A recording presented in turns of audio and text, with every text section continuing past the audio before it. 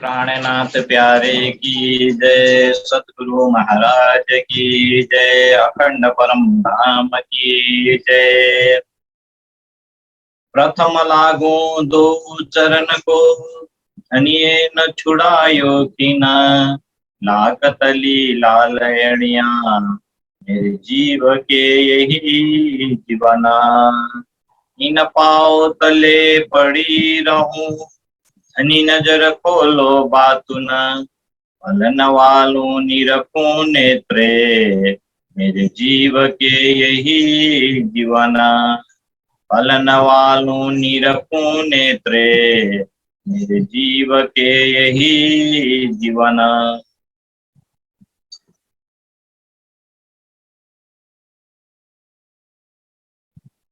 प्राण वल्लभ प्राण प्रियतम, धाम दुल्हा अक्षरातीत पूर्ण ब्रह्म सच्चिदानंद स्वरूप श्री रास्यामती, श्री राज्य का अति लाडले आत्म संबंधी सुंदर साथी, श्री निजानंद युवा परिषद नेपाल द्वारा संचालित आत्म जागृति सत्संग कार्यक्रम में उपस्थित छौं। सर्वप्रथम आजको कार्यक्रममा हृदयदेखि नै स्वागत एवं आभार प्रकट गर्न चाहन्छौं श्री निजानन्द सम्प्रदायका धर्म प्रचारक धर्मोपदेशक महात्मा श्री सुशान्तजीलाई। यसै गरी हाम्रो निमन्त्रणलाई स्वीकार गरेर उपस्थित हुनुहुने गायिका आदरणीय गायिका वानिका दिदीलाई पनि हृदयदेखि नै स्वागत गर्न चाहन्छौं। जागने अभियानका अन्य सम्पूर्ण गायक गायिकाज्यूहरू, देश विदेशबाट जोडिनुहुने सम्पूर्ण आत्मीय सुन्दर साथी, प्रेमी सुन्दर साथी, सज्जनवृन्द, सबैमा हृदयदेखि नै स्वागत तथा आभार प्रकट गर्न चाहन्छु। फेसबुक लाइभमा प्रत्यक्ष रहेर उपस्थिति जनाउनुहुने सम्पूर्ण सुन्दर साथी एवं प्रेमी जनलाई पनि हृदयदेखि नै धन्यवाद व्यक्त गर्दै सम्पूर्ण सुन्दर साथीको नुरी चरण कमलमा प्रेम प्रणाम अर्पण गर्न चाहन्छु। प्रणाम जी सुन्दर साथी। आज मिति 2080 साल ज्येष्ठ 27 गते शनिबारको दिन हामी साप्ताहिक सत्संग कार्यक्रम एवं परिक्रमा ग्रन्थको प्रशिक्षण कार्यक्रममा छौं। सुन्दर साथी आउनुहोस्, अब हामी कार्यक्रमको सुरु गर्नेछौं प्रियतम धाम दुल्हाको आह्वानको साथमा। र आजको आवजीवाला गायनको शोभा प्राप्त भएको छ हेटौँडाबाट सनन्द चौलागाई एवं उहाँको परिवारबाट, र म आवजीवाला गायनको लागि हार्दिक अनुरोध गर्न चाहन्छु सनन्द सुन्दर साथी एवं सबै परिवारगण। सम्पूर्ण सुन्दर साथीको चरण कमलमा कोटि कोटि प्रेम प्रणाम जी। बोले श्री प्राणनाथ प्यारे की जय, सद्गुरु महाराज की जय। आवो जीवाला मारे मेरा, आवो जीवाला, आवो जीवाला मारे मेरा, आवो जीवाला। एक लड़ी पर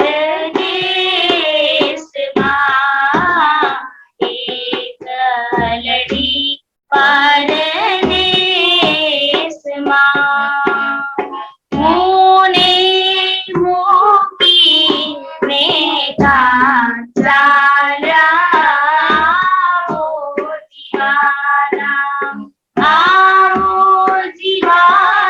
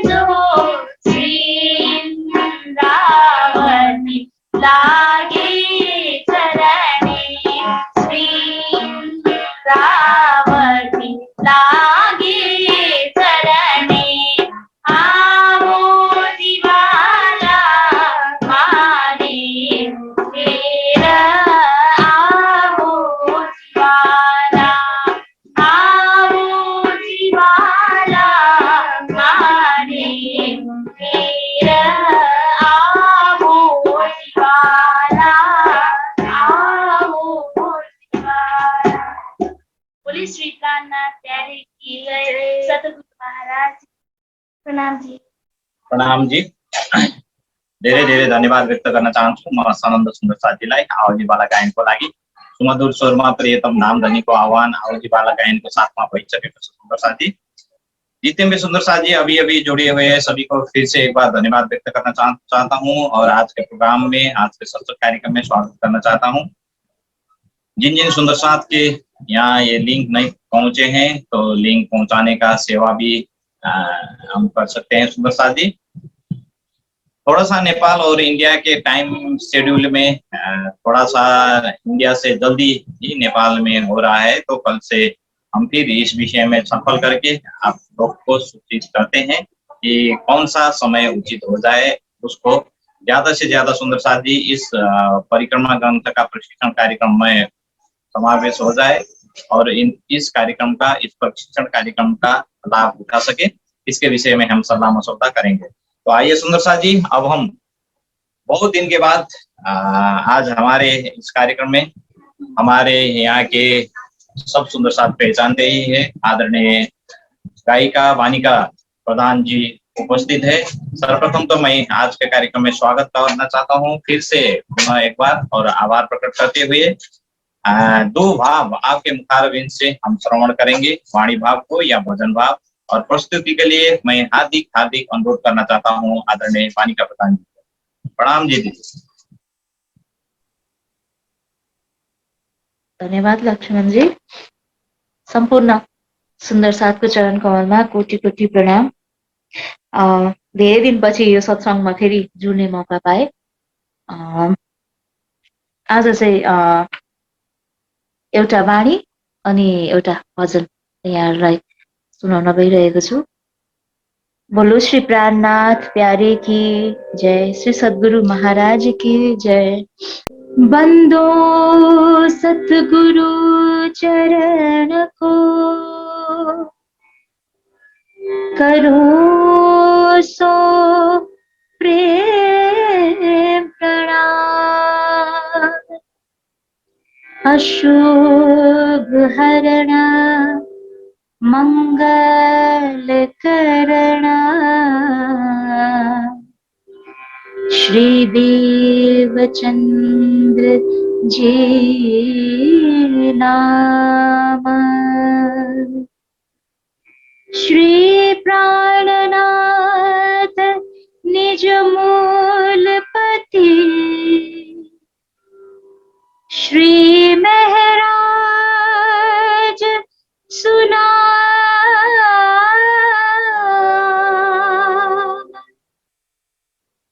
तेज कुंवरी श्यामा युगल को, पल पल करूं प्रणाम। यो भजन चाहिँ जागरण सन्देश हाम्रो भाग 2 हैन, हिजोस्ति हाम्रो रिलिज भएको त्यो श्यामजीको अङ्क नहौ भन्ने यो भाव राख्न गइरहेको छु। ब्रह्मा ज्ञानले मोह रूपी अंधकार हटाउँछ,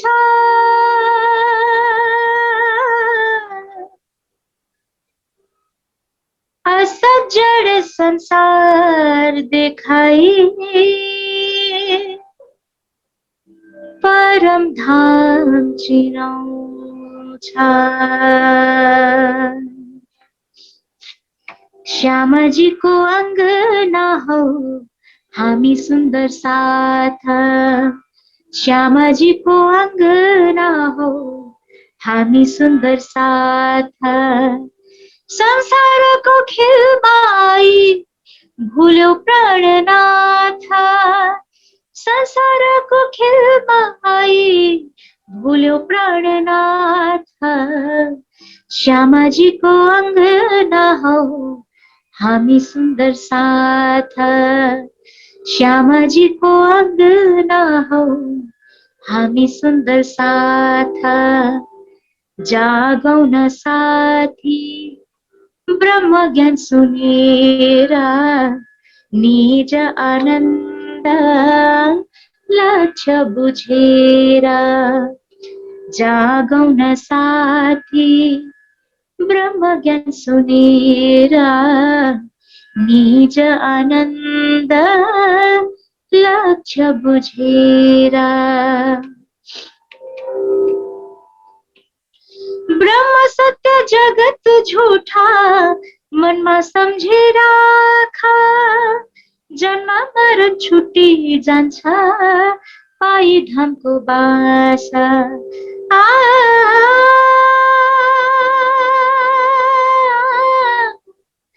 ब्रह्म सत्य जगत झूठा मनमा राख सम्झेर राखा जन्म मरण छुटी जान्छ पाई धामको बासा जागौ न साथी ब्रह्म ज्ञान सुनेर निज आनन्द लक्ष्य बुझेर श्यामाजीको अङ्गना हौ हामी सुन्दर साथा श्यामाजीको अङ्गना हौ हामी सुन्दर साथा ब्रह्म ज्ञानले मोह रूपी अन्धकार हटाउँछ असज्जड संसार देखाई परम धाम चिनाउँछ ब्रह्म ज्ञानले मोह रूपी अन्धकार हटाउँछ असज्जड संसार देखाई परम धाम चिनाउँछ जागौ न साथी ब्रह्म ज्ञान सुनेर निज आनन्द लक्ष्य बुझेर प्रेम र सेवा समर्पण हो हाम्रो पहिचान वाणी वितक चितवनीमा लगाऊ सधैँ ध्यान ओ प्रेम र सेवा समर्पण हो हाम्रो पहिचान वाणी वितक चितवनीमा लगाऊ सधैँ ध्यान जागौ न साथी ब्रह्म ज्ञान सुनेर निज आनन्द लक्ष्य बुझेर श्यामाजीको अङ्गना हौ हामी सुन्दर साथा श्यामाजीको अङ्गना हौ हामी सुन्दर साथा संसारको खेलमा आई भुल्यो प्राणनाथ संसारको खेलमा आई भुल्यो प्राणनाथ श्यामाजीको अङ्गना हौ हामी सुन्दर साथा जागौ न साथी ब्रह्म ज्ञान सुनेर निज आनन्द लक्ष्य बुझेर जागौ न साथी ब्रह्म ज्ञान सुनेर निज आनन्द लक्ष्य बुझेर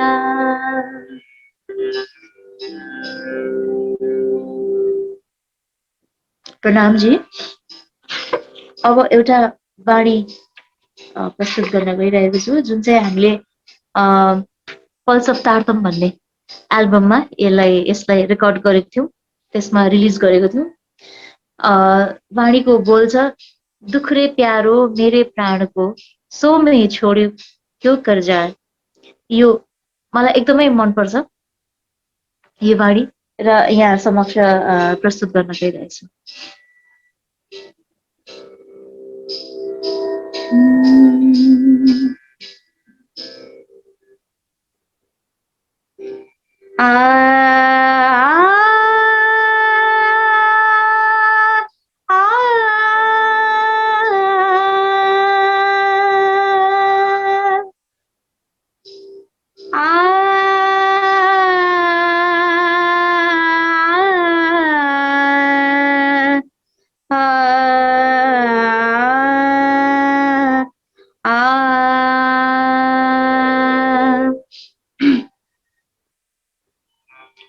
दुख रे प्यारो मेरे प्राण को,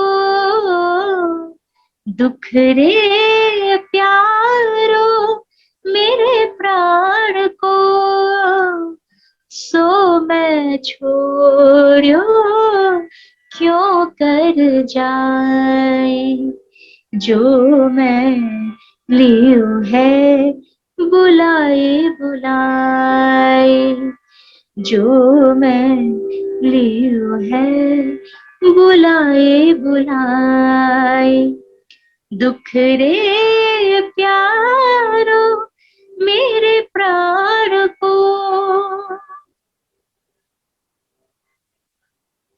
इन अवसर दुख पाए, इन अवसर दुख पाए, और कहाँ चाहिए है तो है, और कहाँ चाहिए है तो है, दुख बिना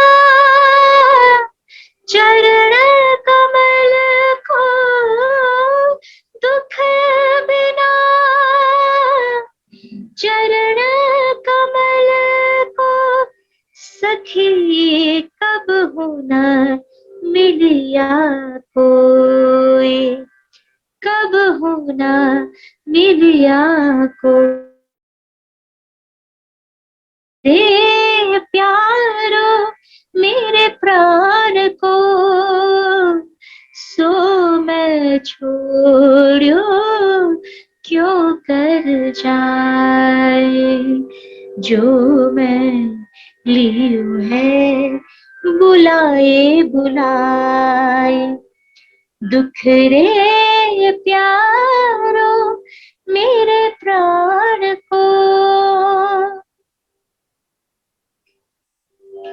जिन सुख पियो जीना मिले,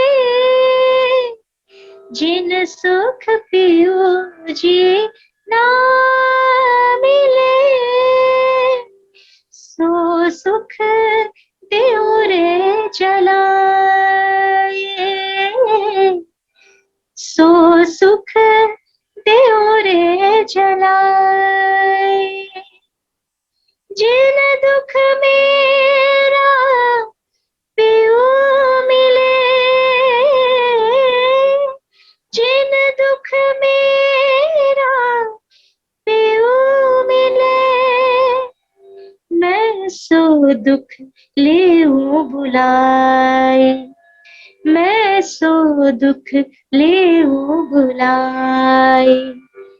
दुख रे प्यारो मेरे प्राण को,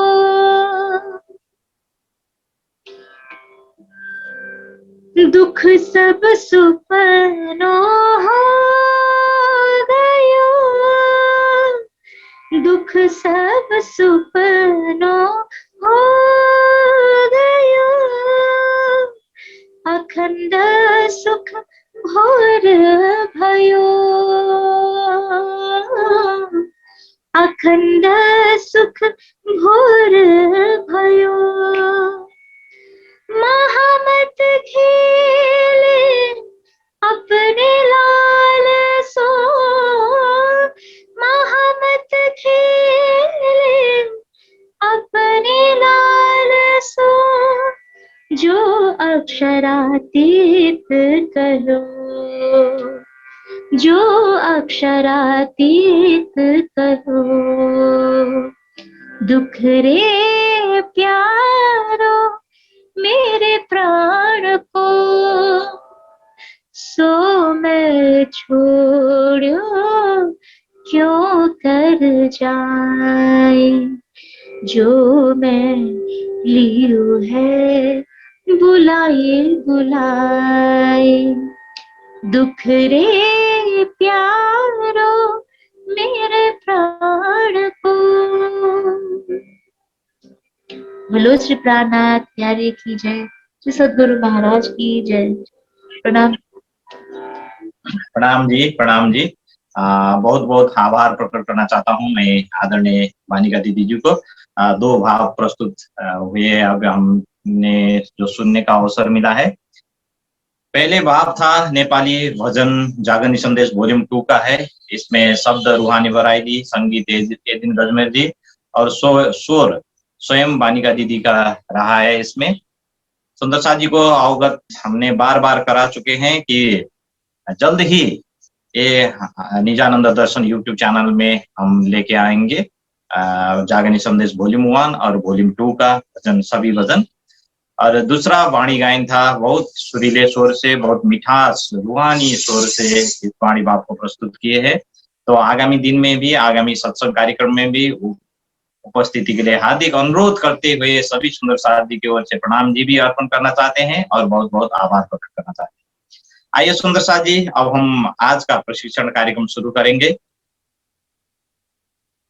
सभी सुंदर साथ जी की ओर से प्रणाम जी अर्पण करते हुए महात्मा श्री सुशांत जी को आज का क्लास प्रारंभ करने के लिए मैं हार्दिक अनुरोध करना चाहता हूँ। प्रणाम जी महाराज जी।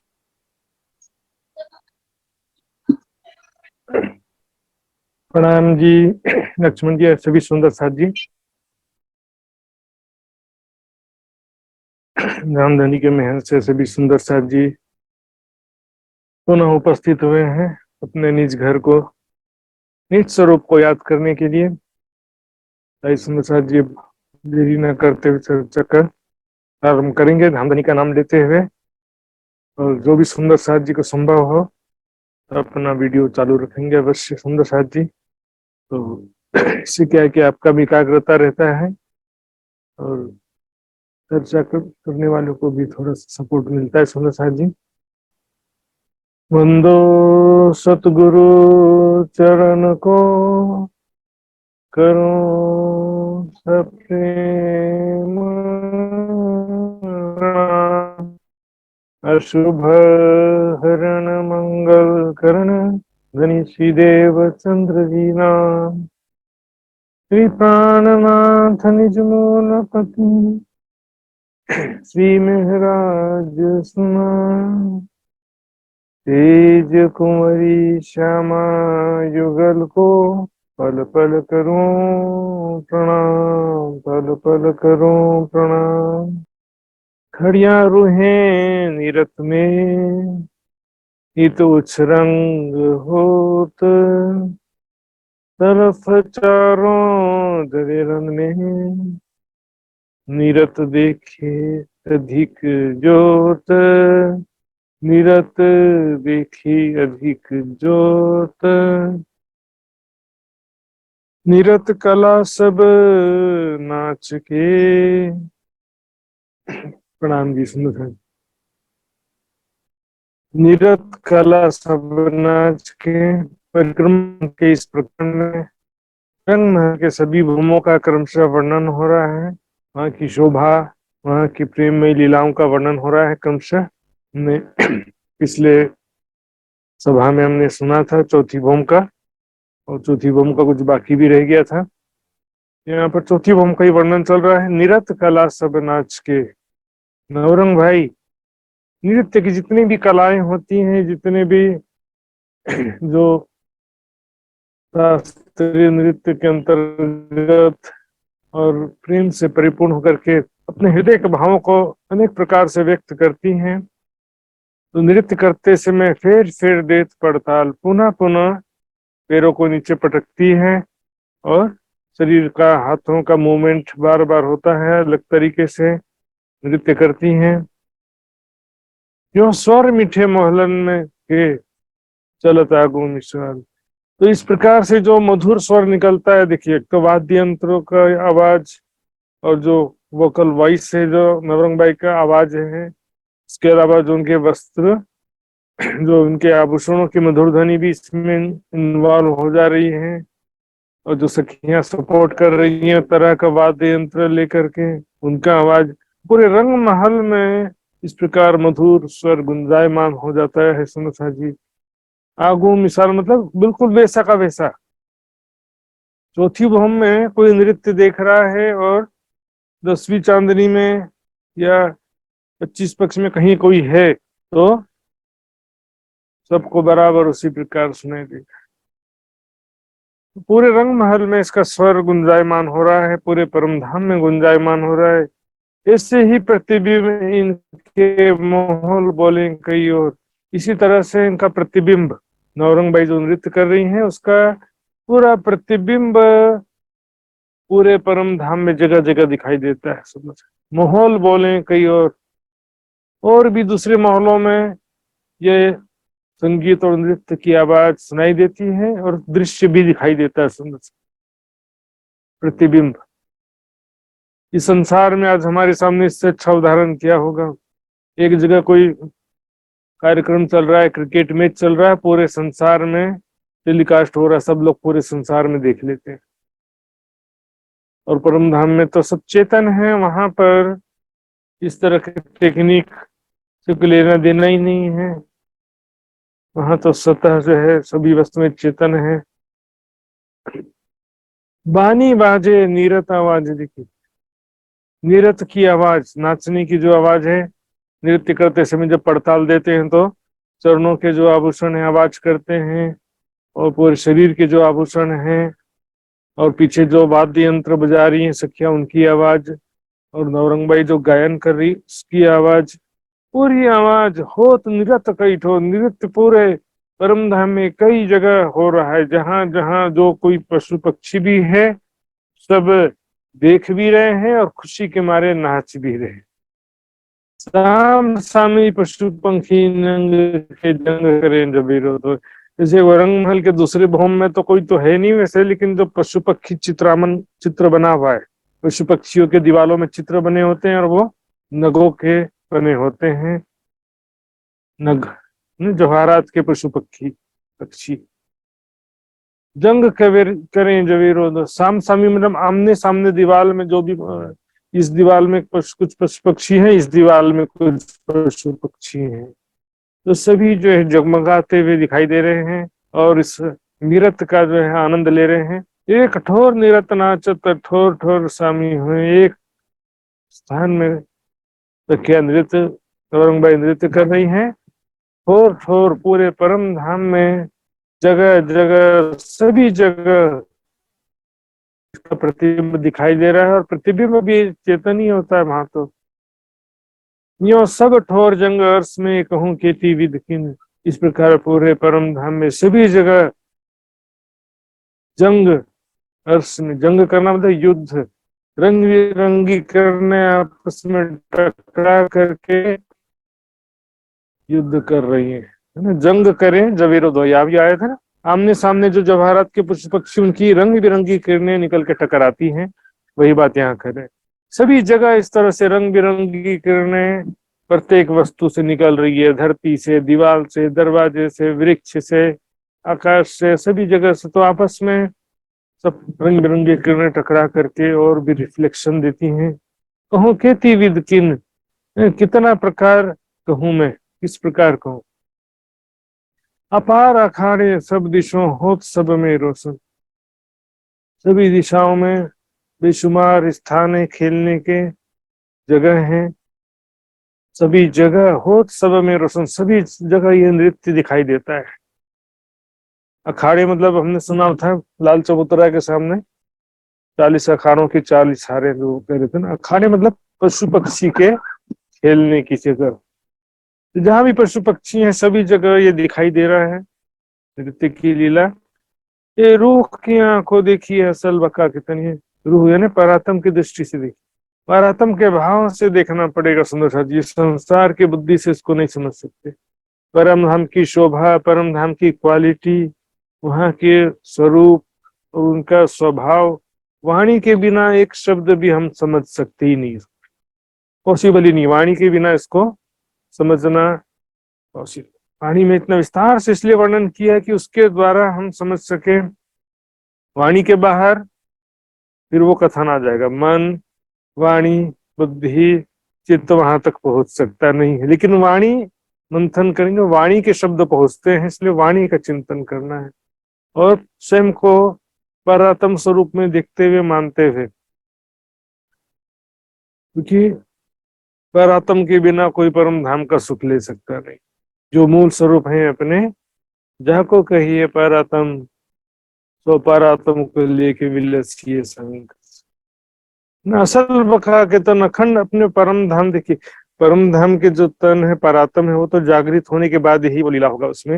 लेकिन अभी भी क्या है कि चितवनी में हमको परातम स्वरूप में स्वयं को किशोर सखी स्वरूप में देखते हुए ही वहां के सुखों का आनंद लेना है। तो देखो चित्रामन धाम की करत निरत सबन, तो परम धाम में जो दीवालों में जगह जगह जो पशु पक्षियों के चित्र बने हैं वो भी सब जगह नृत्य कर रहे हैं। ऐसा लगता समझिए एक प्रकार से कि दीवालों में भी LCD डिस्प्ले लगा हुआ है। एक खेल एक पोहर लग होत हमेशा इत, देखिए ये सब नृत्य की लीला जो है एक पहर लग, एक प्रहर कितना होता है 3 घंटा, शाम को 6 से 9 बजे तक की लीला होती है। अब इसमें क्या होता है कि एक प्रहर है ना तो 3 घंटा होता ही है। तो इसमें अब एग्जैक्टली 3 घंटा होता है कि 1.5 घंटा होता है कि 2.25 घंटा होता है, इसमें थोड़ा सा मतभेद हो जाता है विद्वानों के मध्य। कोई कहता है कि 6 बजे वनों से आएंगे तो भोजन करेंगे तो आधा घंटा भोजन में या 45 मिनट भोजन में लगेगा, फिर नृत्य की लीला में जाएंगे। लेकिन इतना जो समय जरूरी नहीं होता सुंदर जी, कितना समय कहाँ, आधा घंटा पौन घंटा से कोई जरूरी नहीं है, एक पल में भी सपा हो जाता है। और दोपहर की लीला में जहां पर आवश्यकता है वहां पर समय लगता भी है, जरूरी नहीं। लेकिन यहाँ कह रहे एक पहर लग, एक पहर तक होता है, रात्रि के पहला प्रहर 9 बजे तक होता है। 15 दिन जब घर रहे तब देखें दुल्हन मेरे, 15 दिन जब रंग महल में आ जाते हैं शाम को 6 बजे, घर रहे मतलब शाम को 6 बजे के बाद रंग महल में रहते हैं। अब यहाँ कितना क्लियर है सुंदर शाह जी, देख रहे हैं ना, घर, घर का मतलब क्या है, रंग महल ही हमारा घर है।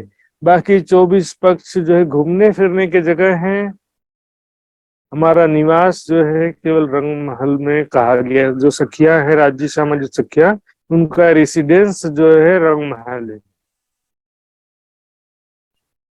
इसलिए धाम कहते हैं रंग महल को, अर्श भी कहते हैं कई जगह, और घर भी स्पष्ट रूप से कह दिया। जब रंग महल में ज्यादा समय वैसे तो रहते हैं, बस घूमने के लिए कभी गए तो वापस फिर रंग महल।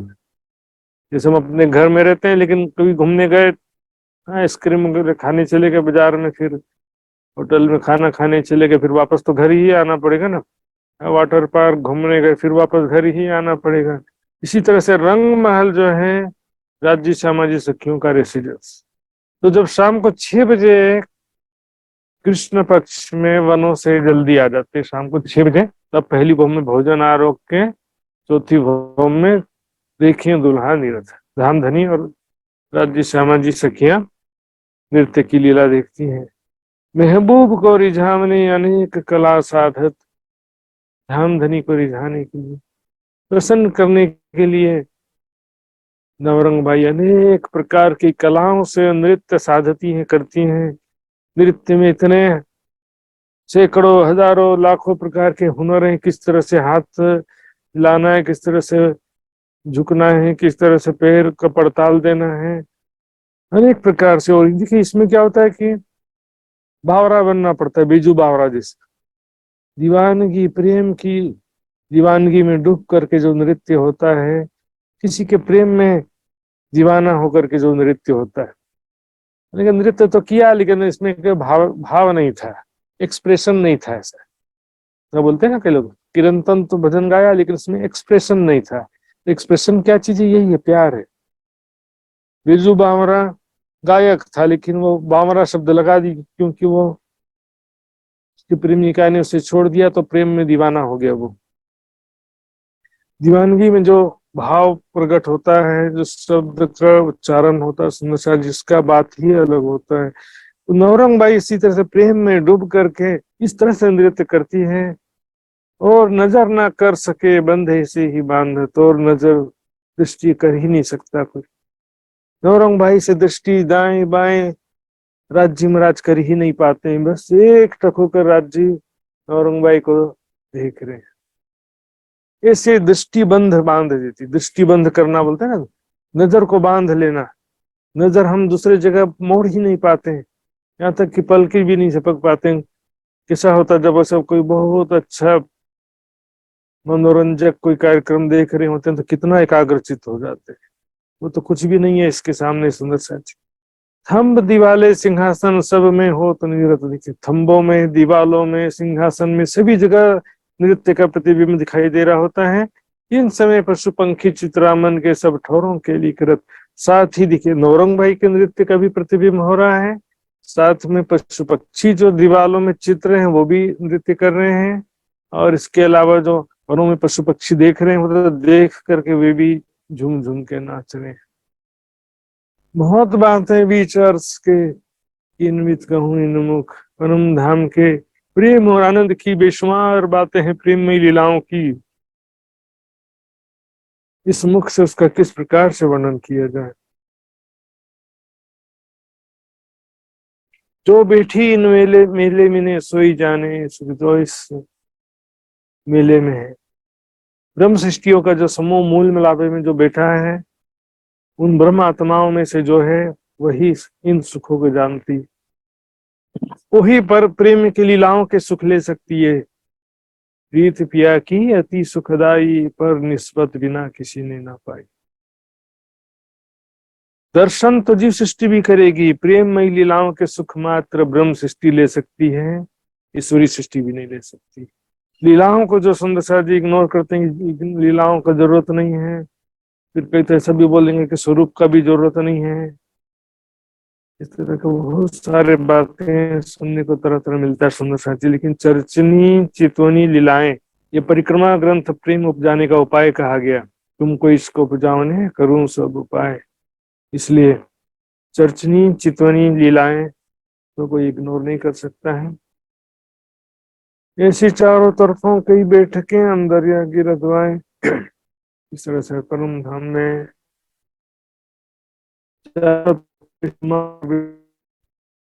जगह है यहाँ पर राज्य शाही सखियां विराजमान होते हैं। रंग महल के अंदर या चारों तरफ वनों में ये सुख अखंड अर्थ के क्यों कर कहे जाए। दिव्य परम धाम के जो सुख है अखंड सुख, उसका वर्णन इस संसार में किस प्रकार किया जाए। प्रेम और आनंद की भूमिका है जहाँ पर दुख का नामो निशान भी नहीं है, और वहां पर दिन रात प्रेम ही प्रेम, आनंद ही आनंद की लीला है। भूम पांचवी पौढ़न किया, ये 5 भूम में चलते हैं।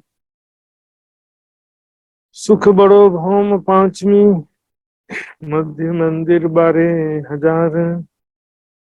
5वीं भूम में जंगमहल की 5वीं भूम आइए देखते हैं पहले नक्शा। वहां पर बेशुमार सुख है, और वहां पर किस प्रकार से नामधनी के साथ में प्राण प्रीतम के साथ में सखियां सुख लेती हैं देखेंगे। हर एक भूम के समान यहाँ 5वीं भूम में भी मंदिरों की दोहारें, फिर 36 हार हवेलियां, और बीच में 9 चौक उसी प्रकार है। बीच में जो 9 चौक हैं उसमें से भी बीच का जो चौक है ये 5वीं भूम में शयन की लीला का स्थान है। श्यामा जी के शयन लीला का स्थान है। ये 9 चौक में से ये बीच का एक पूरा चौक, इस पूरे एक चौक में कुल 12,000 मंदिर है। मध्य मंदिर 12,000 मंदिर मतलब वहां के दिव्य कमरे हैं। यहाँ पर 12,000 सखियां राज्य श्यामा जी सब प्रेम आनंद में लीलाएं करते हैं। इसमें इसे तो सभी भूम में बहुत आनंद है, प्रेम सुख है, लेकिन 5वीं भूम में यहाँ वर्णन कर रहे हैं विशेष रूप से। देखेंगे सुबह से लेकर शाम तक पल पल प्रेम और आनंद में व्यतीत तो होता ही है, लेकिन यहाँ पर प्रेम आनंद की पराकाष्ठा हो जाता है, चरम सीमा में पहुंच जाता है प्रेम। बीच माहौल श्यामा जी को इन चारों तरफों द्वार, तो बीच में जो है श्यामा जी का महल यानी रंग प्रवाली मंदिर, जिसके चारों दिशाओं में चारों तरफ 4 द्वार हैं, और बीच में श्यामा जी का महल है। और उसके चारों तरफ 12,000 सखियों के 12,000 मंदिर हैं। राज्य का कौन सा मंदिर है फिर?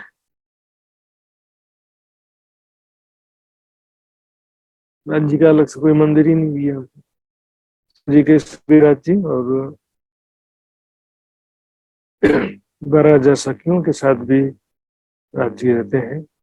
ये बीच में जो देखिए ये रंगपुर वाली मंदिर है बीच में, तो इस प्रकार से यहाँ पर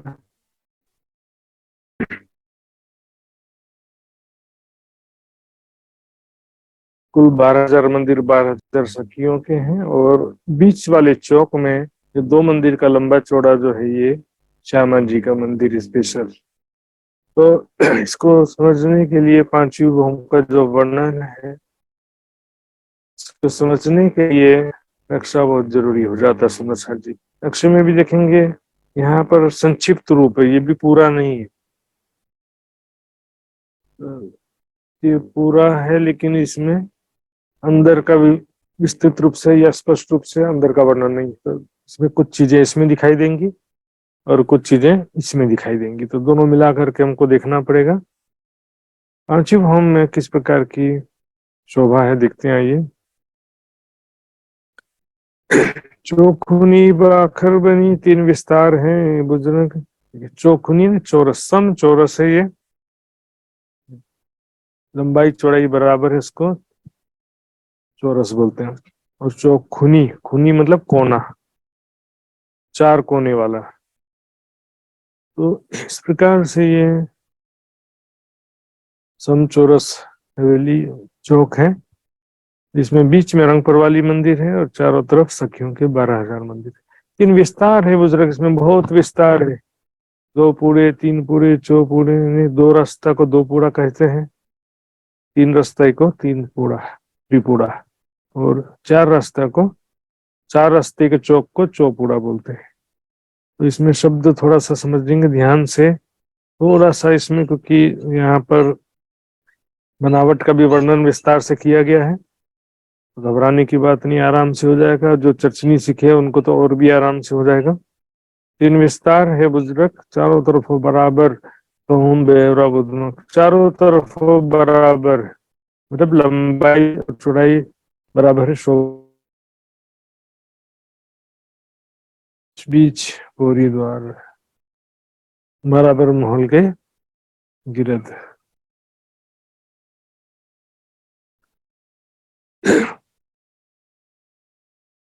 देखिए मैं समझाता हूँ, पौरी द्वार मतलब क्या होता है। यहाँ पे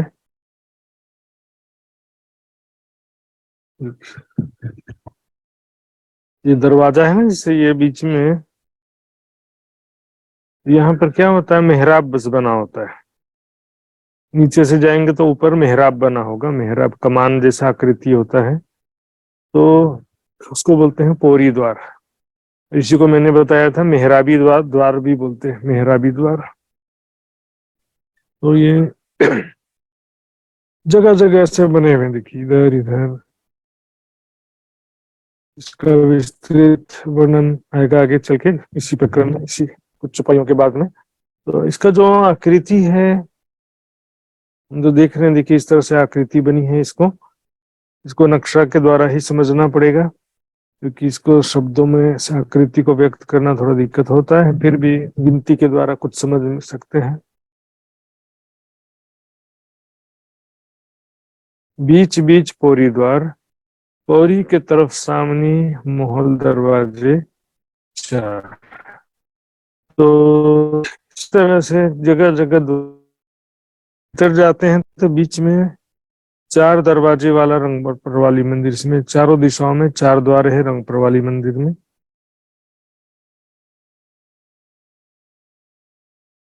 महल के चारों खूने 16-16 हवेली। अब देखो इसमें मैं आपको पहले एक बार समझा देता हूँ, फिर चौपाई के हिसाब से आपको ज्यादा समझ में आएगा।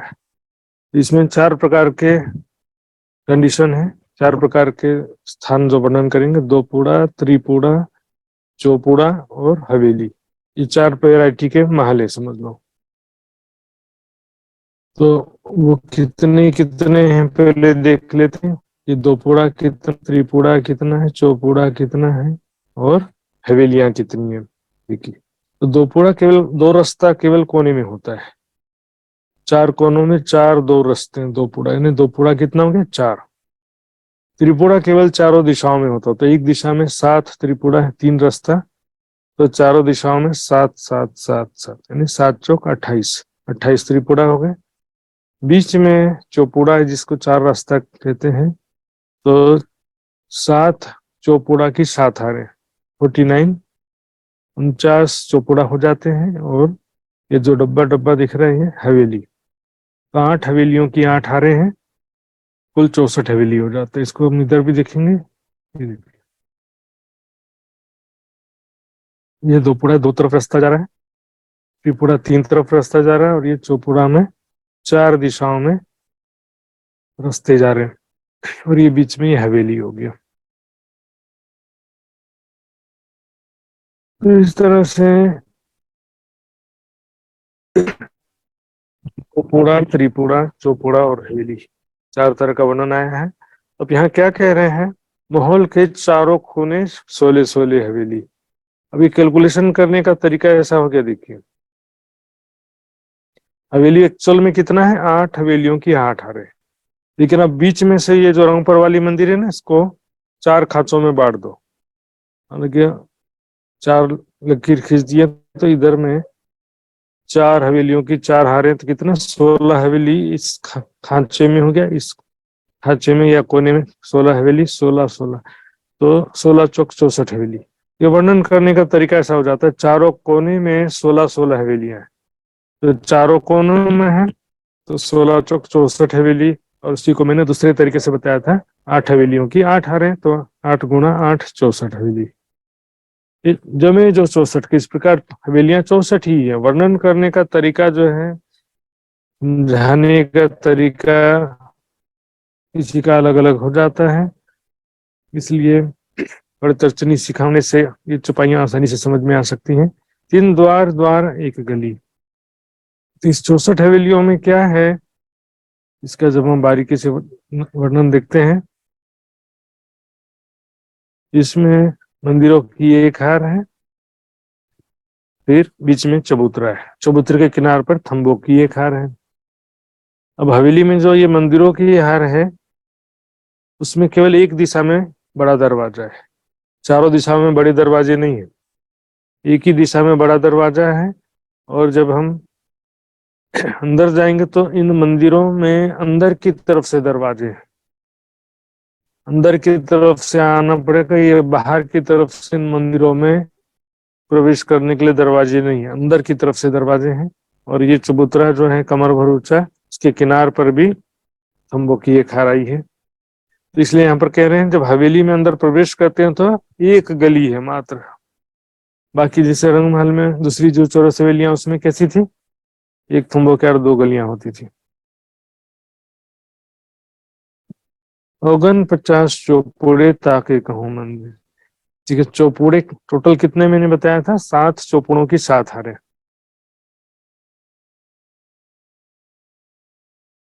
ये जो क्रॉस बना हुआ है, 1 2 3 4 5 6 7, 7 चौपुड़ों की 7 हारे।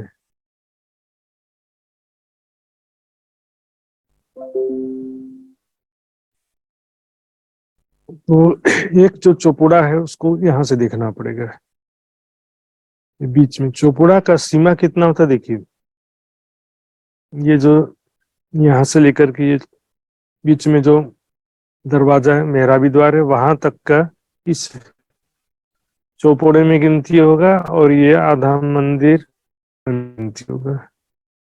यहाँ पर ये नक्शे का विषय आ जाता है सुंदर शाह जी, थोड़ा सा देखेंगे तो इतना जो एरिया है, यहाँ से लेकर यहाँ तक, और ये मंदिर, और फिर यहाँ से यहाँ तक, ये पूरा हिस्सा चौपुड़े में गिना जाता है। त्रिपुड़े में यहाँ से लेकर के इतना हिस्सा पूरा त्रिपुड़े में गिना जाएगा। दोपुड़े में यहाँ से लेकर इतना हिस्सा है। जो है मंदिरों की संख्या हो रही देखेंगे, तो यहाँ पर जो दिशाओं में जो जोड़ाफी के मंदिर, इसमें 16 मंदिर है, 16 16 16 16 चौक 64 हो गया। चारों कोनों में जो 15-15 मंदिर है तो 15 चौक 60 मंदिर हो गए, 60 और 64 मिलके 124। तो हर एक के 124 जमे 6076। इस प्रकार से देखिए कितने होंगे चौपुड़े में, एक चौपुड़े में 124 मंदिर हो गए तो 49 चौपुड़े में 6076 मंदिर हो गए। इसको याद करने की जरूरत नहीं, केवल समझने की बात है। तो लिखा हुआ आपको कहीं से भी मिल सकता है। इस प्रकार से यहाँ पर चौपुड़े की संख्या का बताया है। चौक 28 त्रिपुड़े के चौक 28 है। चारों दिशाओं में 7-7 त्रिपुड़े हैं, तो हर एक में 102 है। एक त्रिपुड़े में 102 मंदिर हैं। 28 से 56 जमे मंदिर उनको देखिए। एक त्रिपुड़े में 102 मंदिर हैं, तो 28 त्रिपुड़े के कितने होंगे? 2856। 28 से 56, 2800 या 2800 एक ही बात है। तो देखिए त्रिपुड़े में 102, एक त्रिपुड़े में 102 मंदिर किस प्रकार है देखिए। यहाँ पर 3 दिशाओं में 16-16 मंदिर हो गए और 2 कोने के 15, 48 और 15-15 30, 78 तो ये हो गया। और यहाँ से लेकर यहाँ तक हम देखेंगे तो 8 और 8 और 8, 24 मंदिर ये हो जाते हैं।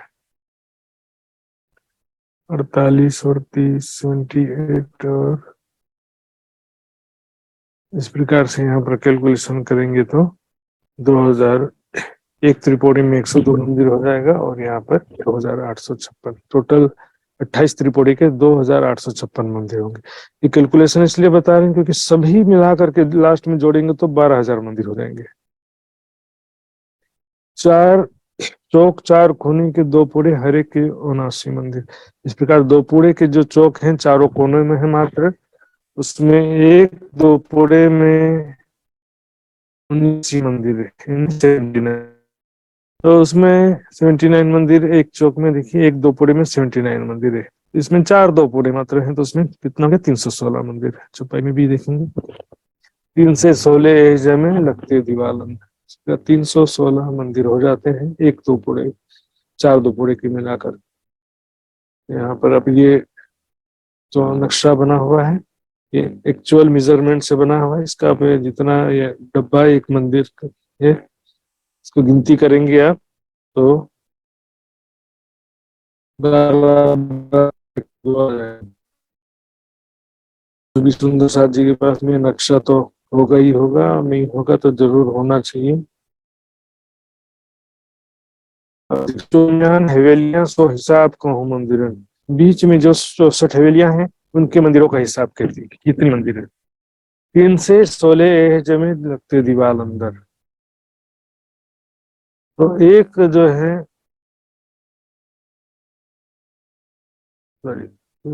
64 दरम्यान है 100 हिसाब को मंदिर, हर एक के 43 जमे 27 से 52। एक हवेली में 43 43 मंदिर है तो सबका मिलाकर होता है 2752। एक हवेली में 43 मंदिर, 64 हवेलियों के 2752 हो जाते हैं। चारों को जोड़ेंगे तो 12,000 होता है। जमे क्यों मंदिर उनको सबे 12,000 भाई, दरवाजे थम गलियां अब कहूँ जो बाकी रहा। तो इसमें दरवाजे थम गलियों की भी यहाँ पर गणना किया हुआ है। तो मुख्य उद्देश्य यहाँ की शोभा को समझना है, किस प्रकार से यहाँ पर राजी समझ सखियां, क्योंकि यहाँ पर बीच में गलियों में दौड़ते हुए सखियां खेल रही हैं राजी श्यामा जी के साथ में। एक हवेली से क्रॉस करके फिर दूसरी हवेली में दौड़ते हुए आ गए, है ना। फिर रात में तो यहाँ पर ये जी सभी मंदिरों में पधारे, प्रेमानंद की लीला होती है। जमे क्यों मंदिरम को सबे 12,000 गए, 49 चौपुड़े ताके जमे क्यों थम्बर। चौपुड़े कितने थे? चौपुड़े कितने बताया था? 49। 49 चौपुड़े 49। अब यहाँ पे थम्बों की गिनती 49 जो चौपुड़े हैं, देखते हैं उसमें कितना कह रहे हैं। 101 चौपुड़े में 144 स्तंभ, तो 49 चौपुड़े के कितने हो जाते हैं? 7056 स्तंभ। ये विषय को आप देखते जाएंगे और आगे चलते जाएंगे। ये नोट्स आपको स्क्रीन में दिखाई दे रहा है, और आवश्यकता पड़ेगा तो व्हाट्सएप ग्रुप में भी ये पीडीएफ रख दूंगा मैं। 49 चौपुड़े तापे जमे कियो थम्ब, उनके थम्बों की संख्या गिनते हैं तो 144 हर एक चौपुड़े में 144 स्तंभ हैं, जमे 7056, कुल मिला के 7056 हो जाता है। देखिए बहुत इजी कैलकुलेशन, बस एक ही का बताऊंगा मैं, चौपुड़े का, एक चौपुड़े का। देखिए थम्बन कहाँ पर है? देखो, दो चारों दिशाओं में 3-3 गलियां हैं, बस वो थम्ब है। तो एक जो है त्रिपोलिया में, देखिए थम्बों की 2 हारे ना, तो 9 थम्ब हैं इसमें, दोनों में 9 दूनी 18 थम्ब यहाँ हो गए, और ये दोनों मिला के 18 दूनी 36 हो गए। तो 36 चौक यहाँ पर करेंगे, 36 दूनी 72, 72 दूनी 144, 144 थम्ब चारों दिशाओं में रखेंगे, 36-36, 9 दूनी 18, 18 दूनी 36। से कैलकुलेशन आप एक्चुअल मेजरमेंट करके भी समझ सकते हैं, गिनती से कि इसका शोभा को समझ सके। थंब जो है किसी जगमगाते हुए सोने जवाहरात के समान थंब हैं, वहां पर धरती, जमीन और छत, दीवार, दरवाजे सभी जगमगाते हुए सोने जवाहरात के समान है। वहां पर राजे श्यामा जी सखियां खेल रहे हैं, दौड़ रहे हैं और अपने अपने मंदिरों में जा रहे हैं। हर एक के 115 जो त्रिपुड़े 28 त्रिपुड़े हैं, उनमें से प्रत्येक में 115 थम्ब है।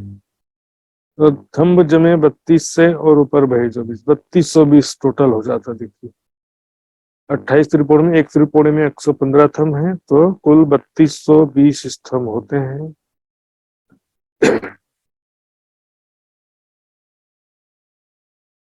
ये त्रिपुड़ा है। यहाँ पर गिनती करेंगे तो क्या होगा? यहाँ पर 25, 18 दूनी 36, 36 दूनी 72, 36 दिया 98, 98 तो ये हो गया, और यहाँ पर सॉरी 36 दिया 108 हो जाएगा, 108 और 7 यहाँ पर, तो टोटल 115 हो जाते हैं। 4 खूने 4 दो पुड़े, 85 हर एक के।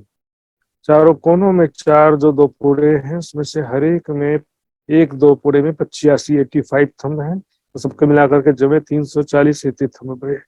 इस प्रकार से 340 थंब ये चारों दो पुड़े के मिला के होते हैं।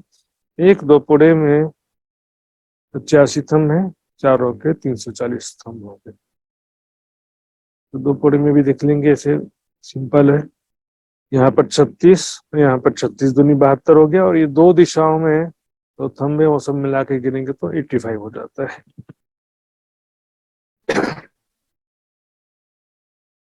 और ये जो 64 हवेलियां, हर एक के थंब 40, तो जो 64 हवेलियां हैं उसमें से प्रत्येक एक हवेली में 40 थंब हैं, जिनके सब जमा के हैं 60 अगले 125 से में 64 हवेलियां, एक में 40 स्तंभ हैं, तो 64 के कितने हो गए? 2560। उसमें कह रहे हैं 125 और 60 अगले 2500 के ऊपर 60, 2560 हो गए। जमे सब थंबन को 113,000। इसी प्रकार टोटल दो पुड़े, त्रिपुड़े, चार पुड़े सभी के मिलाकर के गिनेंगे तो थंब कितने होंगे? 113,000, 13,100 हो जाता है टोटल। और उसके बाद में 76 भी बता रहे, देखिए 76 3 के ऊपर रहते भाई सुमार, तो 13,176 थंब हो जाते हैं। इतना इसका जो है विस्तार है। 49 चौपड़े 3 गली गिनोई होकर। अब इसमें देखिए अब गलियों का वर्णन आ रहा है, बड़ा सिंपल है। एक चौपुड़े में 24 गली, अरे की 24 के ही जमे 1176। देखिए बहुत सिंपल है, तो गली से भी सरल है समझना। एक दिशा में देखेंगे 2 थंबों के 3 गलियां, और 2 थंबों के 3 गली। एक दिशा में 6 गली है, तो चारों दिशाओं में कितने? 24 गलियां। सिंपल, 24 गली एक दिशा में है, तो फिर 49 चौपुड़े के कितनी गलियां हो गई? कुल 1176 गलियां। ये क्यों बता रहे हैं? क्योंकि देखिए उस समय नक्शा नहीं था, इसके चित्र के वर्णन के आधार पर नक्शा बना है। ये वर्णन नहीं होता तो नक्शा भी बनाना संभव नहीं था। वर्णन के आधार पर क्या थोड़ा शोभा क्लियर हो जाता है। ये हर एक की 24 कही जमे 11 से 76, ये मैंने बता दिया है। बाकी का देखते हैं, क्योंकि ये वर्णन यदि नहीं होता सुंदर जी कोई सोच रहे होंगे कि इतना गिनती संख्या का वर्णन वाणी में क्यों किया गया, तो क्यों किया है सुनिए सोचिए जरा। यदि आवश्यकता नहीं होती तो वाणी में वर्णन क्यों किया गया होता? चर्चनी सीखने की आवश्यकता नहीं होती तो वाणी में क्यों वर्णन किया? कोई सुंदर साथ बोलता है जीव सृष्टि के लिए कर दिया है। हाँ, कोई विद्वान बोलते हैं कि ये जो तर्चनी या परिक्रमा जो है ग्रंथ भी जीव सृष्टि के लिए ऐसा कह देते हैं। अच्छा जी, तुमको इसको उपजाने, जीव सृष्टि की बात ही नहीं है यहाँ पर, ब्रह्म सृष्टि के हृदय में प्रेम जाने की बात है। शोभा समझेंगे तब तो लीलाओं का ध्यान कर पाएंगे ना, बिना शोभा को समझे लीलाओं का ध्यान कैसे करें? तो त्रिपोड़े देखते हैं, त्रिपोड़े जो है उसमें टोटल त्रिपोड़े कितने थे? 28। एक त्रिपोड़े में 18 गलियां हैं। और देखिए बड़ा सिंपल है, देखिए एक दिशा में 6 गली तो 3 दिशाओं में 18 गली हो जाता है। समझ, तीन के जमे भाई 5 से ऊपर 504। एक त्रिपोड़े में 18 गली तो 28 त्रिपोड़े के 504 गलियां हो गई। 4 चौक 4 कोने के 2 पुड़े, चारों कोनों में 2 पुड़े के 4 चौक हैं तो गली 12 हर एक। एक 2 पुड़े में 12 गली है।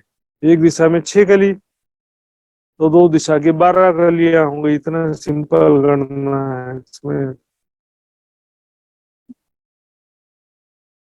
48 ए जमे ए जो गली दीवान होती है। इस प्रकार एक 2 पुड़े में 12 गली है तो 4 2 पुड़े के 48 गलियां हो गई। इस प्रकार गली दीवानों की शोभा देखो, इतने सुंदर गलियों से लगते हुए यहाँ पर दीवाल आए हुए देखिए किनार पर, इसी को कलर के नक्शे किनार पर क्या होता है कि दीवारें आ जाती है। एक एक द्वार 2 2 पौड़ी इन विदेशों है। एक एक द्वार 2 2 पौड़ी, तो ये इसको समझते हैं। एक एक द्वार 2 2 पौड़ी, जो 64 हवेली है ना उसमें, इसमें हवेली में एक ही बड़ा द्वार है। मुख्य द्वार एक दिशा में, देखिए इधर 4 दिशा में मुख्य नहीं है तो इसमें एक ही दिशा में मुख्य द्वार है। इस मुख्य द्वार में बाहरी दीवार में एक मेहराब है, भीतरी दीवार में एक मेहराब है। इसको 2 पौड़ी कहते हैं, पौड़ी द्वार, यानी पौड़ी मतलब मेहराब। तो एक एक द्वार 2 2 पौड़ी इसलिए कह रहे हैं इसमें, एक एक द्वार 2 2 पौड़ी इन विदेशों में है। तो 64 हवेलियों में जो एक गली तो है भीतर चबूतरे के चारों तरफ, और एक ही दिशा में मुख्य द्वार है जिसमें 2 2 मेहराब है। एक गली है ना चबूतरे और मंदिरों के बीच में एक ही गली है, और एक ही मुख्य दरवाजा जिसमें 2 2 मेहराबे हैं। जिसमें सब गलियन को 17 से 92 8 जाम देखिए, जो रूह यही मेरे, इस प्रकार सभी गलियों की संख्या 1792 हो गई। ये गलियों में 8 प्रहर इसी का ही चिंतन ध्यान करिए कि यहाँ पर मैं राज्य के साथ में खेल रही हूँ, दौड़ रही हूँ, यहाँ पर अपने कमरे में जा रही हूँ राज्य के साथ में, अपने मंदिरों में श्री रात सब मंदिरों में बैठा रहे शुक्ले में सारी रात की जीव हम आवे उठ प्रात। यहाँ पर इसे धाम धनी के साथ प्रेम आनंद में पूरा रात जो है गुजर जाता है। जो रूह यही में रहे, यहाँ पर सिर्फ शोभा गिनती बौद्धिक विषय नहीं, इसमें थोड़ा समझने का जरूर है, लेकिन यहाँ पर समझे बिना यहाँ का लीलाओं का सुख भी कैसे लेंगे सुंदर साथ जी। नहीं करने के 50 बहाने हैं। यदि ये आवश्यक नहीं होता तो परिक्रमा ग्रंथ में इसका वर्णन भी नहीं किया गया होता सुंदर साथ जी। बड़े दरवाजे चौक के 144। अब आइए बस ये लास्ट कैलकुलेशन है। बड़ा दरवाजा, बड़ा दरवाजा किसे कहते हैं पहले समझ लीजिए। ये हवेली है तो यहाँ पर जो ये लाइन से बिल्कुल दरवाजे आते गए बिल्कुल सीधे में, इसी तरह से देखेंगे इस हवेली से इस हवेली तक भी यहाँ पर ये लाइन से मेहराबी द्वार आते गए हैं। यहाँ से इस हवेली के बीच में मेहराबी द्वार आते गए। तो यहां से लेकर के यहां तक ये पूरा एक सेट कहलाता है। तो एक सेट को एक बड़ा द्वार कहा जा रहा है, समझ लो। बड़े दरवाजे चौक के 144। तो बड़े दरवाजे कुल 144 है। तो बड़ा दरवाजा मतलब क्या, मैंने बताया ना, एक हवेली से दूसरे हवेली तक ये पूरा ये सेट है, उसको एक बड़ा दरवाजा कह रहे हैं। जैसे 144 है, देखिए यहाँ पर 9 त्रिपुरा दोपुरा मिला के 9 चौक के बीच में 8 बड़े दरवाजे हो गए। तो 8 नाम 72 हो जाता है। 8 बड़े दरवाजों की 9 हारे, फिर 8 बड़े दरवाजों की 9 हारे, आड़ी खड़ी दोनों तरफ से 72 और 72, 8 नाम 72, 8 नाम 72, 144 हो जाता है टोटल। तो ये बड़े दरवाजे हैं, वैसे तो देखने के लिए 144 है, लेकिन एक जो बड़ा दरवाजा है उसमें भी काफी सेट है। तो देखेंगे 33 से 12 जमे हरिद्वार पौरी 23। तो हर मतलब इसमें जो 144 दरवाजा कह रहे हैं उसमें से एक दरवाजे में 23 मेहराब है। हर द्वार पौरी, पौरी यानी मेहराब, 23 यानी 23। दिखते हैं इसको। इसमें क्या है कि 11 मेहराब, 1 2 3 4 5 6 7 8 9 10 11, 11 मेहराब जो है यहाँ से लेके यहाँ तक आड़ी हो गई।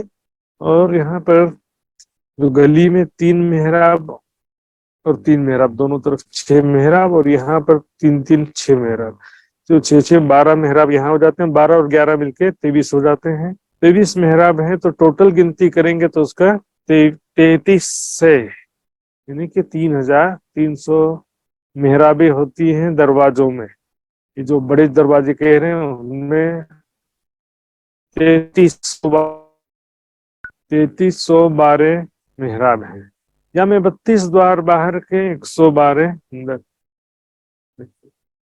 ये अब देख लीजिए 144 दरवाजे हैं, और उसमें कुल मिला के 3312 कुल मेहराबें होते हैं।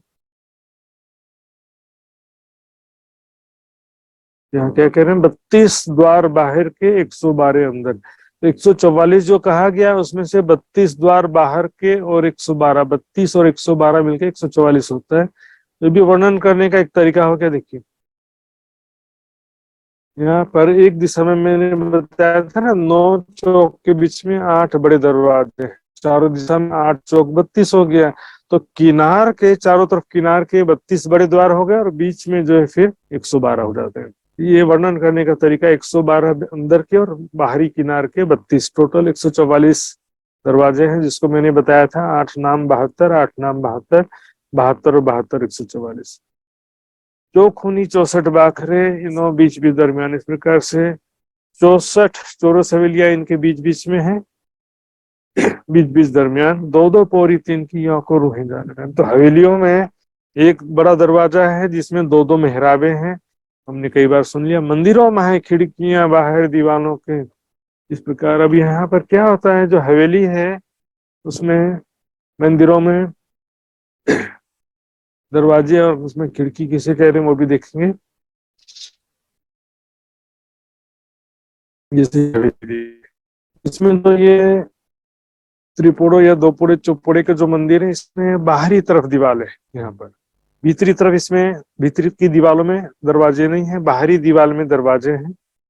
उसी प्रकार जो हवेली के जो ये मंदिर है इसमें बाहरी दीवार में दरवाजा नहीं है, भीतर की दीवार में दरवाजा। सभी मंदिर में एक एक मात्र दरवाजा है भीतर की तरफ। तो उसमें भी क्या होता है, जो कोने का जो मंदिर है इसको गुरज का मंदिर बोलते हैं। तो गुर्ज का जो मंदिर है कोने वाला, इसमें कमर भर ऊंचा जमीन है। तो इसमें जो 2 दरवाजे बाहरी दीवार में बने हैं वो 2 दरवाजे जो है, क्योंकि कमर भर ऊंची जमीन है तो वहां पर 3 3 सीढ़ियां हैं, छोटे दरवाजे हो जाते हैं, इसलिए उसको खिड़की शब्द प्रयोग किया गया है यहाँ पर। 4 खूने गुरज, चारों कोनों में जो मंदिर हैं चारों कोनों में वो गुरज कहलाते हैं। उसमें 2 2 झरोखे, यानी कि वहां पर 2 2 कमर भर ऊंची जमीन में 2 2 दरवाजे हैं जो कमर भर ऊंचे जमीन पर होने के कारण से वहां पर सीढ़ियां हैं तीन तीन और झरोखे जैसी शोभा हो गई। होम पांचवी मंद की थपौड़त है रात। बस वर्णन पूरा। बस सुंदर साथ जी, इतना सारा वर्णन देख करके कोई घबरा जाता है, लेकिन इतना कठिन भी नहीं है, बड़ा सिंपल है। कैलकुलेशन थोड़ा सा है, और कैलकुलेशन याद करना कोई जरूरी नहीं है सुंदर साथ जी, इसका आकृति समझना जरूरी है। इसको क्योंकि हमको ध्यान करना, तो इसका जो आकृति है, डिजाइन, हम यहाँ से प्रवेश करेंगे तो हमको किस तरह से चितवनी में आगे बढ़ना है, राइट लेफ्ट कहाँ जाना है, मंदिरों की बनावट कैसी है, हवेलियों में जाना है तो हमको कहाँ से जाना पड़ेगा, यहाँ से नहीं जा पाएंगे तो यहाँ से घूम करके यहाँ कर फिर अंदर जाना पड़ेगा, है ना। बीच के चौक में जाना तो ये बीच में सीधे त्रिपुरा त्रिपुरा पार करते बीच के चौक में जाना पड़ेगा। वहां पर राज्य श्यामली सखियां चौथी भौम से पांचवी भौम जा रही हैं, पांचवी भौम से वापस तीसरी भौम आ रही हैं। वहां पर किस प्रकार से राज्य श्यामली सखियां प्रेम आनंद में लीलाएं करते हैं। रात वहां कोई सोते नहीं है नींद में, नींद में सोने के लिए रात नहीं होता वहां, मतलब सुख सैया बोलते हैं। धाम धनी के साथ में प्रेम में, धाम धनी के बाहों में प्रेम भरे आलिंगन में रात भर प्रेम की मस्ती में सखियां डूबे रहती है, बस उस प्रेम आनंद। पता ही नहीं चलता 9 घंटा कैसे बीत गया। रात के 9 बजे से प्रातः 6 बज जाते हैं। सुख लेवे सारी रात, तीजी भौम आवे उठ प्रात। इत पौड़त है रात, श्याम श्यामाजी साथ सब जोलो हुए प्रभात। जब तक सुबह नहीं होता यहाँ पर रात भर, देखिए रसानंद सागर में वर्णन किया, दिन भर तो कभी कुंजवन के रेती में दौड़ रही हैं, कुछ प्रेम भरी दृष्टि से राज्य को देखा, राज्य ने हमारी तरफ देखा, कभी हमने राज्य को स्पर्श किया, कभी राज्य ने हमको स्पर्श किया, कभी हमने राज्य को आलिंगन किया या चुंबन किया, कभी राज्य ने हमको किया। ये तो दिन भर, लेकिन रात में फिर तो पूरा प्रेम का अभिलाषा, प्रेम का मन में जितनी कामना होती है, बहुत अच्छा वर्णन किया रसानंद सागर में। राज्य के साथ प्रेम आनंद के, प्रेम और आनंद में डूब करके पूरी रात गुजर जाती। सुंदर साथ जी, ये सुंदर साथ जी, यहाँ पर कई सुंदर साथ और विद्वान भी ऐसी बातें जो करते हैं, वही बातें जो है दुनिया के लोग रासलीला के विषय में भी कर किए हैं। ये दुनिया के जैसा दृष्टि से नहीं देखना चाहिए इसको, लेकिन इसका मतलब ये नहीं कि वहां पर कुछ भी लीला नहीं होती है, ऐसा भी जो अपने मन से लगा देते हैं लोग, ये कुछ सुंदर साथ अपने मन से लगा देते हैं, ये भी गलत है। इसमें ब्रह्म धाम की जो प्रेम लीला है, उसी का ही अंश जो है अक्षर ब्रह्म को रासलीला में दिखाया था। रासलीला में अक्षर ब्रह्म ने जो इच्छा किया था कि रंग महल के अंदर कैसी प्रेम लीला होती है, वही तो रासलीला में करके दिखाया ना। तो फिर रासलीला में जो चीज लीला हुई है, तो परम धाम में वो लीला नहीं है, ऐसा कैसे कहेंगे? संसारिक दृष्टि से नहीं देखना चाहिए। वो दिव्य वहां की भूमिका है, सबके नूरमय शरीर है, यहाँ के जैसे नहीं। यहाँ तो क्या है, भोग विलास, इंद्रियों का इंद्रिय सुख, वैसा वहां नहीं समझने। आप यहाँ पर तो जितना भोग सुख का उपभोग करते हैं, शरीर की शक्ति कमजोर होती जाती है, इंद्रियों की शक्ति कमजोर होती जाती है। भोगा न भुगता वह में भुगता का सिद्धांत यहाँ के लिए लगता है, परम धाम के लिए वो सिद्धांत लागू नहीं होता। सुंदर सा, परम धाम के लिए वो सिद्धांत नहीं। परम धाम देवी प्रेम की भूमिका, वहां कभी थकते ही नहीं है। यहाँ पर तृप्ति नहीं है, थकावट है, कमजोरी है, बीमारी है, बुढ़ापा है। वहां पर अनंत तृप्ति है और अनंत सुख है। कभी ऐसा नहीं कि अब हो गया, सुख ले लिया, बात खत्म हो गई, नहीं होता। इतना आनंद है कि उसमें कभी भी, उस अनंत तृप्ति में गोते खाओ कितना भी, कभी भी ऐसा नहीं होता कि हमने जो लेना ले लिया है, बहुत ले लिया, अब इसकी जरूरत नहीं है, ऐसा भावना कभी भी वहां होता नहीं है।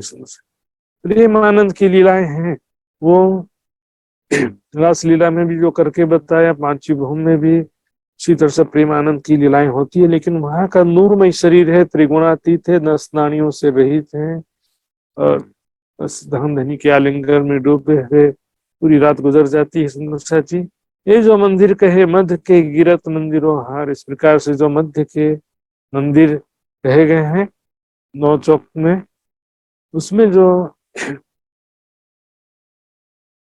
गिरद मंदिरोहार, ये बीच का जो नौ चौका मंदिर का वर्णन किया है अभी, बाकी जो चीजें हैं गिरद मंदिरोहार। तो चारों तरफ जो मंदिरों की दो हारें हैं और हवेलियों की हारें हैं, बाकी चीज तो वैसी रहेगी ही रहेगी, उसमें कोई कमी नहीं होने वाला। सुंदर से नेक नेक कही अंदर की और कई विद महल किनार, इस प्रकार से अंदर का थोड़ा थोड़ा वर्णन किया है। अब चारों तरफ भी कई प्रकार के महल हैं, चौरस हवेलियां हैं, सब चीजें हैं।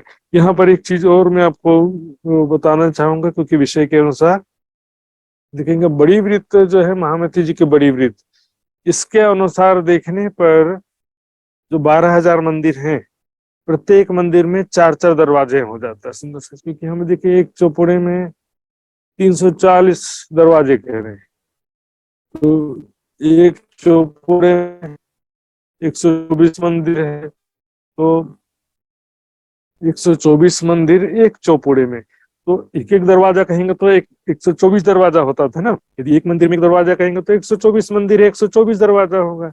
लेकिन यहाँ पर कुल 340, एक चौक में 340 दरवाजे कहा गया। सुंदर साथी, तो यहाँ पर बड़ी वृत्त के हिसाब से और भी पूरा वर्णन किया है, देखेंगे तो यहाँ पर जो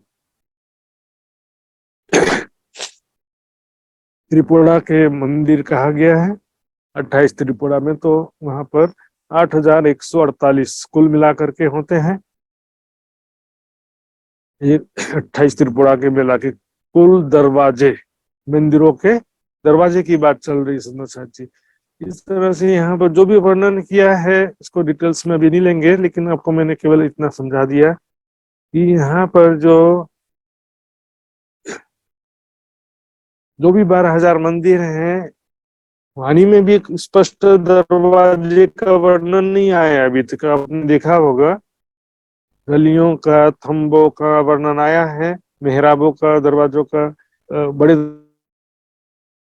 बड़े दरवाजे जो है ना उनका वर्णन, लेकिन बड़ी वृत्त में ऐसा वर्णन आया है। तो उसमें दोनों पर आप दोनों तरह का धारणा कर सकते हैं, 4 दरवाजे भी ले सकते हैं, एक दरवाजा भी ले सकते हैं। 4 दरवाजा लेंगे तो यहाँ से भी सीधे दौड़ते हुए प्रवेश कर सकेंगे, एक दरवाजा लेंगे तो मात्र ये बड़े दरवाजे से ही एंट्री कर पाएंगे और बड़े दरवाजे से ही सब जगह घूम सकते हैं। तो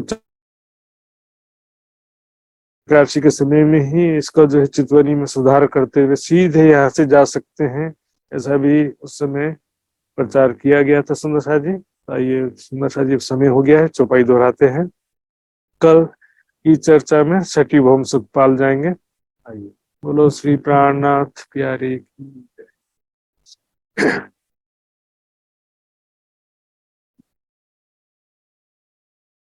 ये तो मंदिर कहे मत के,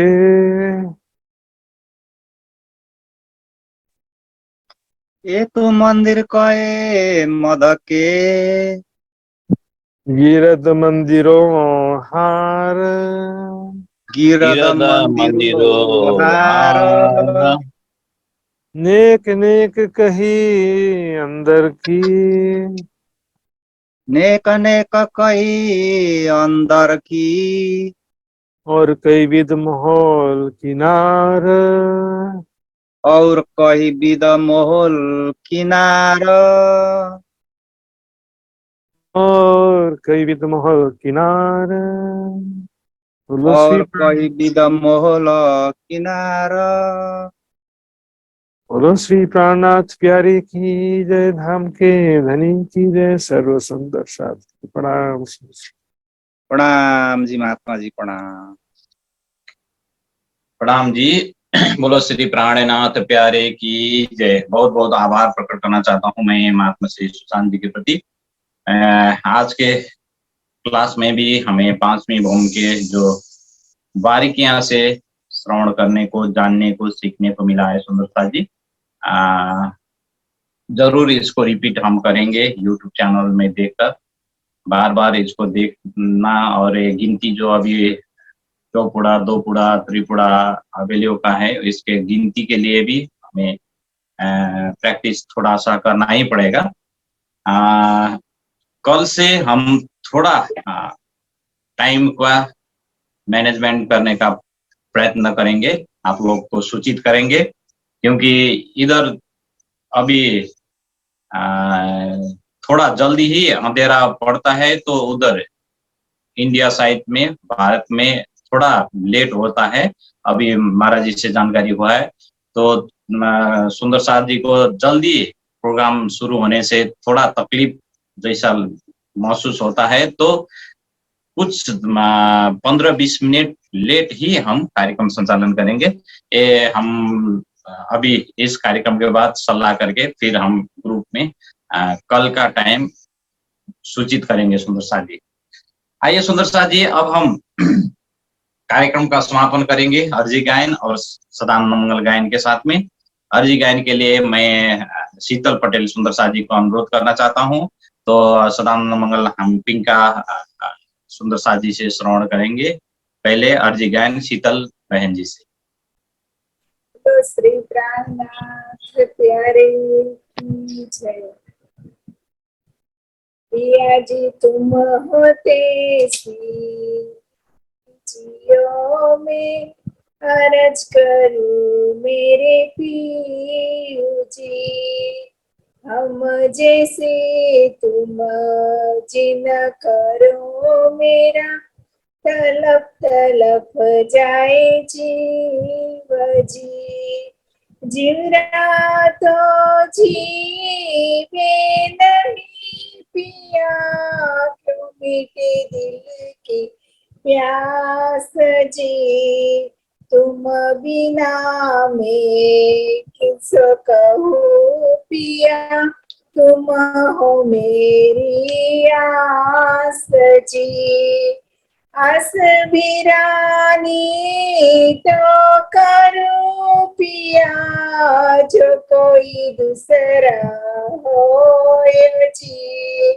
शब्द पिया जी समरथ बिन रैन झत रोए रोए जी, जन्मांधी जो मैं होती पिया, सो तुम देखत कीजियो, जब तुम आए के दिखाओगे तब देखूंगी नैना बाजी, ए पुकार पिया सुन के अब ढील करो अब जी न जी, पल पल खबर लीजियो में अरज करूं दुल्हीन जी, रज में तो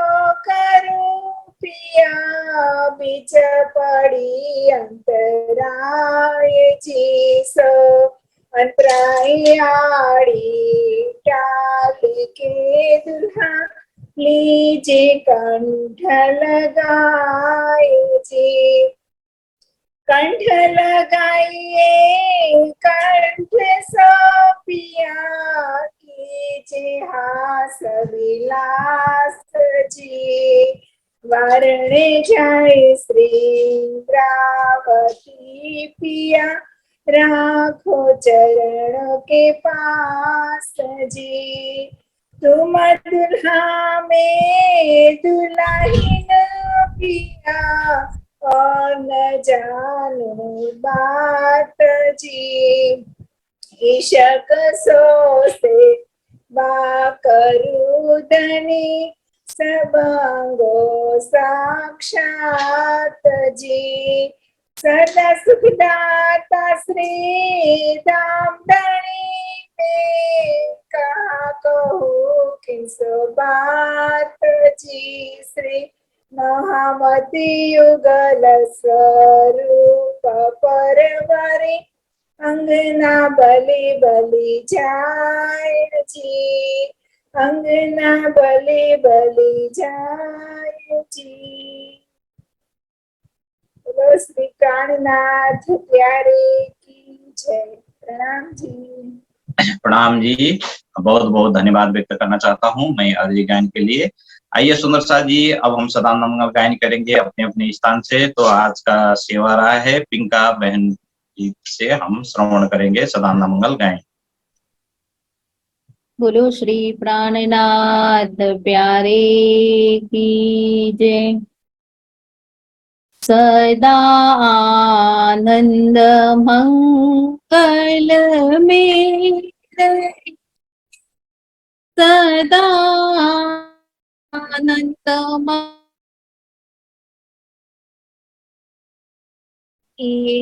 सदा आनंद मंगल में, सदा आनंद मंगल में रहिए। महाप्रसाद और चरणामृत, महाप्रसाद और चरणामृत, ये सुख साथ ही में पाइए। सदा आनंद मंगल में रहिए, सदा आनंद मंगल में रहिए। इश्क सुराही प्रेम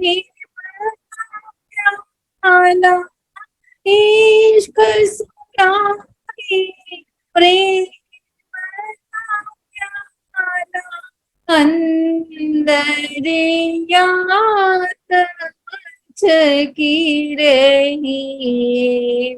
सदा आनंद मंगल में रही, सदा आनंद मंगल में रहिए। तन सोवे निश दिन जागे, तन सोवे निश दिन जागे, काम धनी के चरणों रहिए। सदा आनंद मंगल में रहिए, सदा आनंद मंगल में रहिए। अष्ट पहर दिन 64 घड़िया, अष्ट पहर दिन 64 घड़िया, निश दिन पियो पियो पियो कहिए। सदा आनंद मंगल में रहिए, सदा आनंद मंगल में रहिए। छत्र साल बजो दाम दनी, छत्र साल बजो दाम देवन सो क्या चाहिए। सदा आनंद मंगल में रहिए, सदा आनंद मंगल में रहिए। सदा आनंद मंगल में रहिए, सदा आनंद मंगल में रहिए। बोलो श्री प्राणीनाथ प्यारे की जय। प्रेम प्रणाम जी, सर्व सुंदर सन के चरण। प्रणाम जी, प्रणाम जी। बहुत बहुत आभार प्रकट करना चाहता हूँ टिंका बहन जी को ये सदानंद मंगल गायन के लिए। तो आइए सुंदर साथ जी, सभी सुंदर साथ जी को बहुत बहुत धन्यवाद व्यक्त करना चाहता हूँ। फेसबुक पेज से जुड़े हुए सभी आत्मीय सुंदर साथ जी को भी बहुत बहुत धन्यवाद व्यक्त करना चाहता हूँ। सभी सुंदर साथ जी के नूरी चरण कमल में प्रणाम जी अर्पण करते हुए आज का क्लास, आज का सत्संग कार्यक्रम यहीं पर समापन करेंगे। प्रणाम जी, प्रणाम जी। बोलो श्री प्राणनाथ प्यारे की जय, सदगुरु महाराज की जय, अखंड परम धाम की जय, सर्व सुंदर साथ की जय, बोल बोल पंजे वाले की जय, बोल बोल घूमट वाले की जय। प्रणाम जी, प्रणाम जी, प्रणाम जी। प्रणाम जी, सुंदर सा जी, प्रणाम।